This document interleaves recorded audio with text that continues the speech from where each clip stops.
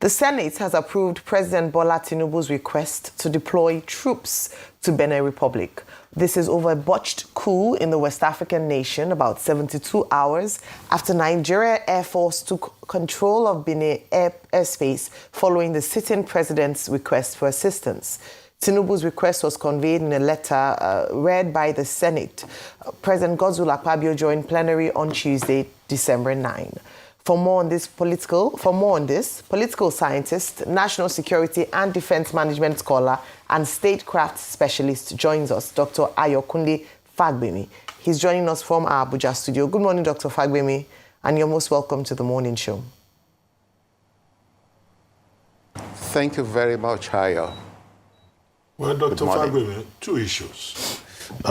Nigeria's involvement in the situation in Benin Republic on the request of the Beninese authorities, now ratified in line with the Constitution by the Senate of the Federal Republic. Your thoughts on that? And then the detention of our military Air Force aircraft in Burkina Faso for violating the airspace of the Alliance for Sahelian States, the AES. Although the Nigerian Air Force has now said, that was a precautionary landing and that the matter has been resolved and that the Burkina Faso authorities have been very cooperative in this regard. Is there any issue there at all?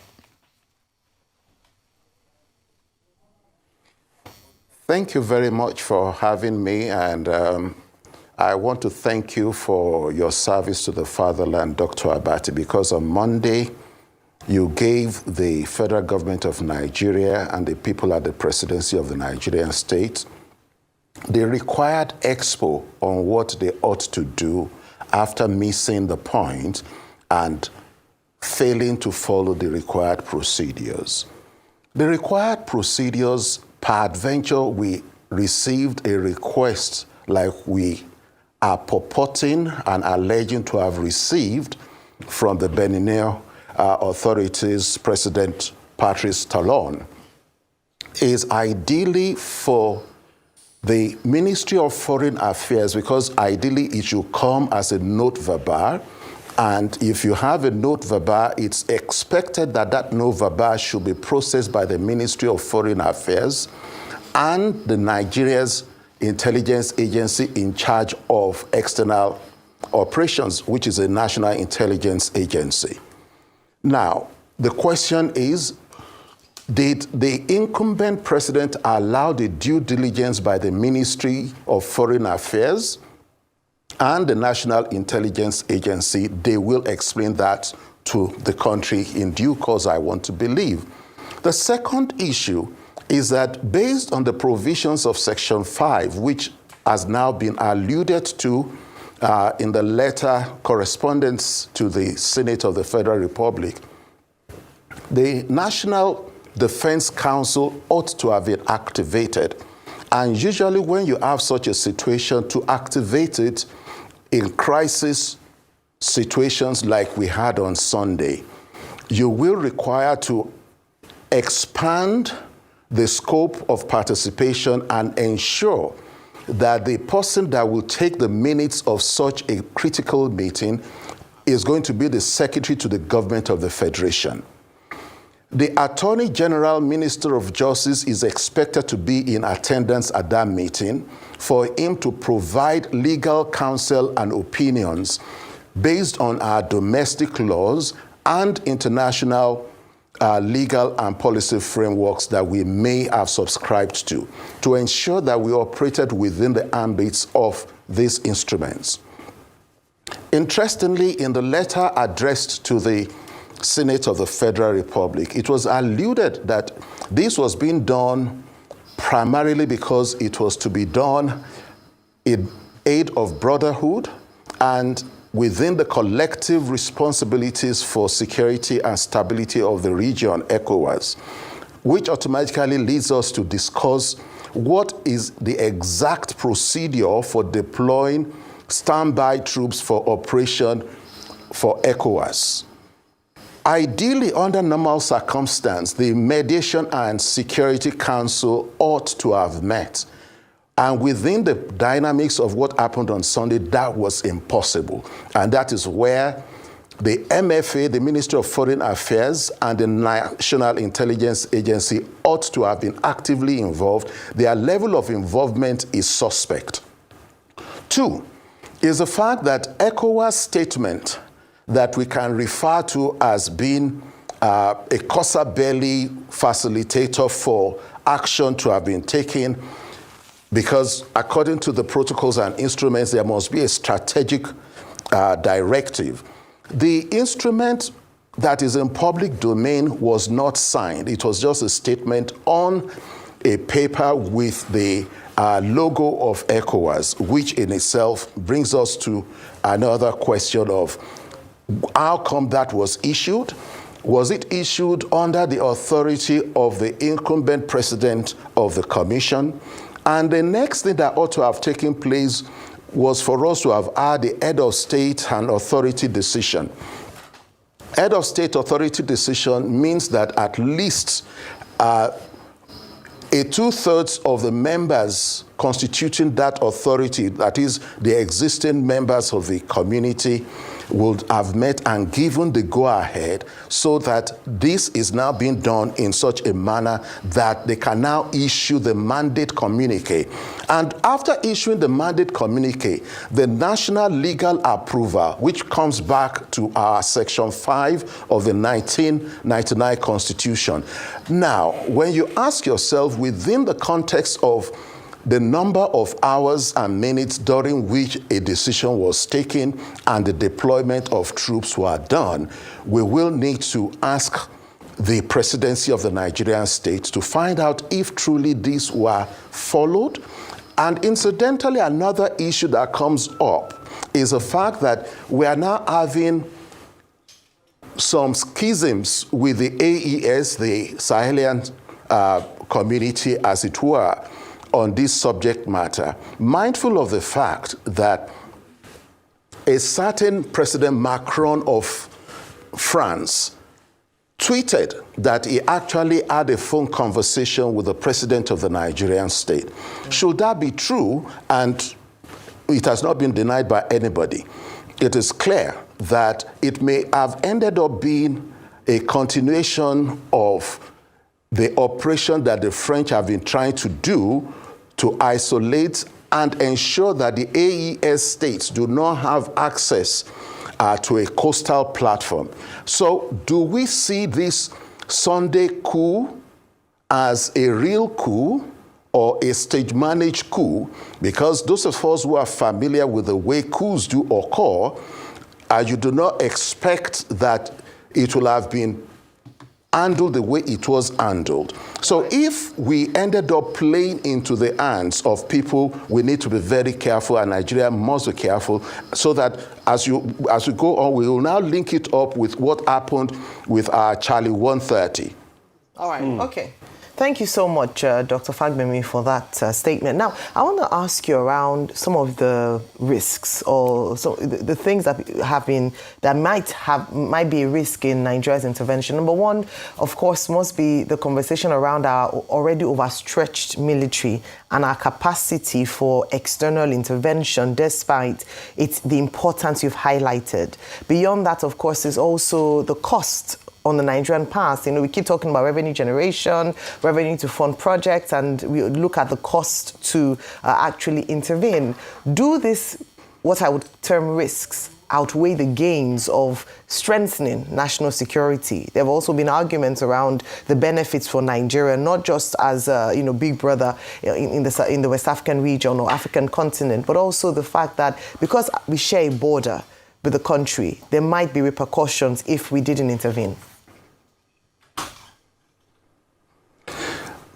Thank you very much. Ideally, the risk assessment would have been done at a properly constituted National Defense Council, which is the reason why we're always pleading with them to do the statutory things. You will agree with me that a number of economic interfaces occur between the republics of Benin and Nigeria. So ideally, intervening, if it was truly based on a valid request that was properly processed, and I'm saying this advisedly, it would be a welcome development. If we ended up falling into an entrapment of a French pseudo-containment of the AES that was schemed in such a way and manner not to allow the AES have access to the coastal port system, that will have them have access unhindered, then we would have made a mistake. And this is where I want to believe that the National Assembly will have to institute a very well coordinated inquiry to understand the dynamics that we are dealing with. Because when you now look at it, failure to do what was supposed to have been done on Sunday meant that by Monday, an equipment that ought to have gone for routine checks left the shores of Nigeria and then had trouble mid-air and had to land in Bobo Dohalso in the Republic of Burkina Faso. Now, that was now being manipulated, as it were, into a standoff and face-off, and I want to thank God that the 11 officers and men that were on board that Charlie 130 are safe and sound, and they are about to continue their journey to Portugal. You will be mindful of the fact that the information released by the Nigerian Air Force and the statements from our very good friend who is now with the infamy of releasing statements without thinking through and going through the documents by Ononuga indicated that, yeah, we were going on this mission. It was supposed to be a ferry flight to go for repairs. What is the protocol for sending equipments for ferry flight for repairs? Ideally, all the countries that they are going to pass through, and when you look at the claims from the Nigerian Air Force, it says that they were going to Portugal. Okay. First thing the Air Force ought to have done for us is to disclose properly that they were going to Ogma, a facility, and then that the crew that were on board, you'll mind you that it was the Burkina Bay authorities, the AES, that were now telling us that we have 2 crew. Meanwhile, for you to move a Charlie, you need more than 4 persons to move any Charlie 130 at any given time. Okay. So, Dr. Fagbemi, let me make this matter more exciting for you. I see you've posited some very tedious links. There's a message that came out recently, and I've run my checks, by a certain Ibrahima Maiga. Based on my checks, he's a researcher but close to the government of Burkina Faso. It came out on his page, but it was deleted. I ran my checks officially on the presidency website in Burkina Faso, saying that Tigri, the coup plotter in Benin, had been granted asylum. But no reputable media news outlet has been able to pick it up. BBC, Al Jazeera, no confirmation yet. It was said that he deleted that tweet afterwards. I want you to now bring this tedious link. So we have no confirmation based on press time now. But I want you to bring that tedious link into the conversation of the Charlie 130 in Burkina Faso and the need for the debate that we were calling for this morning, that Mr. Akpabio just swept under the carpet, not understanding the implications of the need for a debate on a matter that borders around the sovereignty of a country, when you, and let me use the word, invaded another country. And let me go further in my analysis by saying invading another country. Because despite the note verbal, correct me if I'm wrong, as at the time that the note verbal was sent, and as at the time that the coup plotters had gone on television and announced an announcement of government, there were already 2 parallel contesting governments in town. Because the coup plotters too could have claimed legitimacy and called on a corresponding government to support them. Please, can you untangle all of this for me? My brother Rufai, it's good to have you back from your leave, and it is clear you are never suspended. bless you, sir. And I'm happy that I am engaging with you. And this is one of the reasons why some of us are always very insistent on the need to follow the rules of procedure, the standard operating procedures and principles and the protocols of the Nigerian state. You recall that I said if there were any note verbal at all, because ideally, if there were going to be note verbal in the real sense of it, it will have had to be deposited at the Nigerian mission in Cotonou. And then the telex version copied immediately to Abuja for concurrent attention. If it gets to Abuja, it comes to the Ministry of Foreign Affairs and not the presidency. And this brings us to the question of, was this properly analyzed? Did the National Intelligence Agency of the Nigerian state do their due diligence? If they did not, they would have missed out on some of the components that you are bringing onto the table. And this is where we are pleading that Citizen Godwin Akpabio, in the spirit of his new birthday, a new year, that he should now begin to understand that he has a service to the fatherland and he should stop playing to the gallery. Because ultimately, what we are dealing with, if there's any truth that this was a French operation that was botched and using Nigeria to contain the AES states, we will have very bitter experiences and we now need to begin to mitigate against it. I would not want to speak directly to the subject that you were trying to raise in terms of connectivities, other than the fact that this is still an unfolding story.